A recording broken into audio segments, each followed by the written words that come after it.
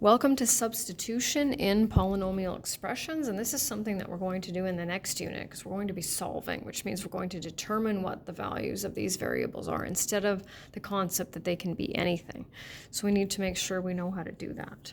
So I've given you some expressions here. It says evaluate if x equals 2, y equals -4, and z equals -1. So we just have to make sure we put the numbers in the right places. Right, so we'll do our substitution step. This one is very important just in general. So we'll put the 2 in for x, and we'll put the -4 in for y. And then we'll evaluate each section, and we're back to the integers, right?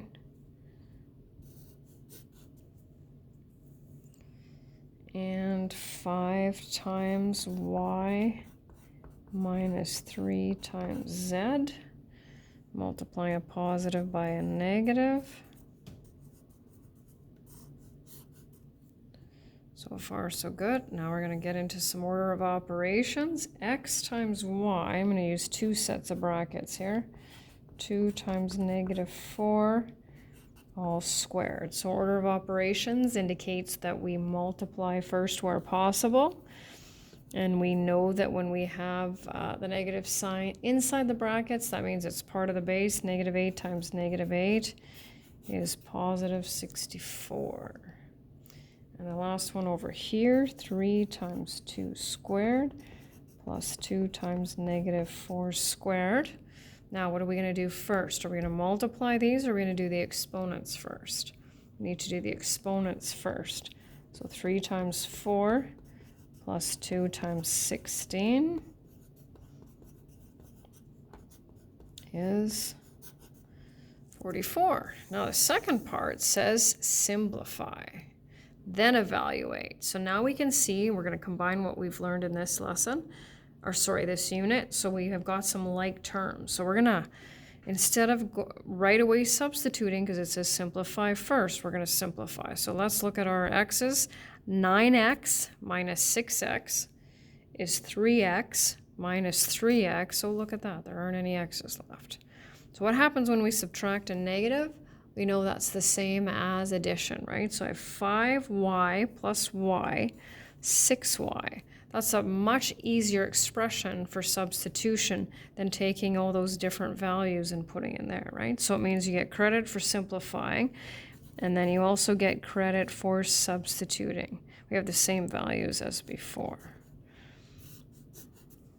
Okay, here's some more like terms.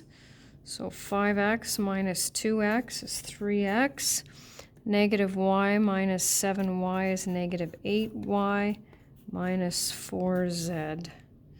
That's just so it doesn't look like a 2.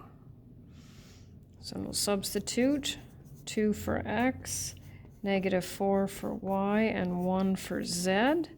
6 plus 32 minus 4 is 34. And then we have 2 left, so we know how to multiply now. So 2 times 4 is 8.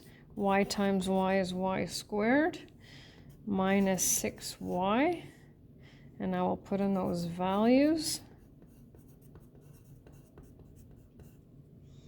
So then we have 8 times 16 plus 24. I'm running out of room here. 128 plus 24 gives us 152. So this allows me to test your substitution as well as your ability to simplify polynomials. 16 divided by 4 is 4. X squared divided by x is x. 8 divided by 4 is 2.